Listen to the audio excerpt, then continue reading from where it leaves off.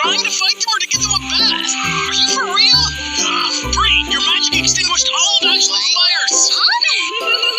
What's so funny about this, Wendy? Your wind did nothing except drying their hair and making it so soft and, oh, so silky.